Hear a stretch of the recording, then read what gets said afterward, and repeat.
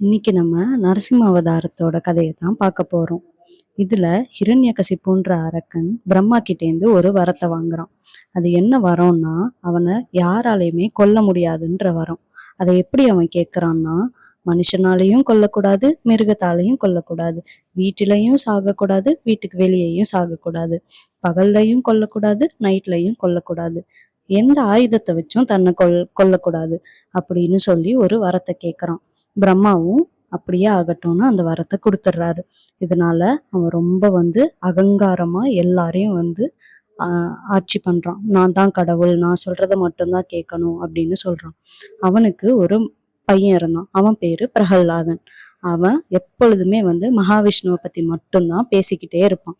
இதனால அவங்க அப்பா ஹிரண்யகசிப்பு அவனை பல டைம் கொல்றதுக்கு ட்ரை பண்ணியிருக்காங்க.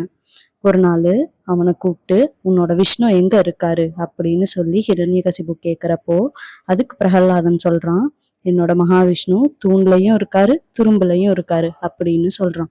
இதை கேட்டு கோபமான ஹிரண்யகசிப்பு அவங்க உள்ள ஒரு தூணை உடைச்சு, சொல்லு உன்னோட மகாவிஷ்ணு இந்த தூணுக்குள்ள இருக்கானா அப்படின்னு சொல்லி அந்த தூணை உடைக்கிறாரு. அப்படி அந்த தூணை உடைக்கிறப்போ அதுக்குள்ளேருந்து நரசிம்ம அவதாரம் எடுத்து மகாவிஷ்ணு வெளியே சாயங்கால வேளையில நலவாசப்படியில உட்காந்து எந்த ஆயுதமுமே இல்லாம தன்னோட கூர்மையான நகங்களை வச்சு ஹிரண்யகசிப்புவை வதம் பண்றாரு.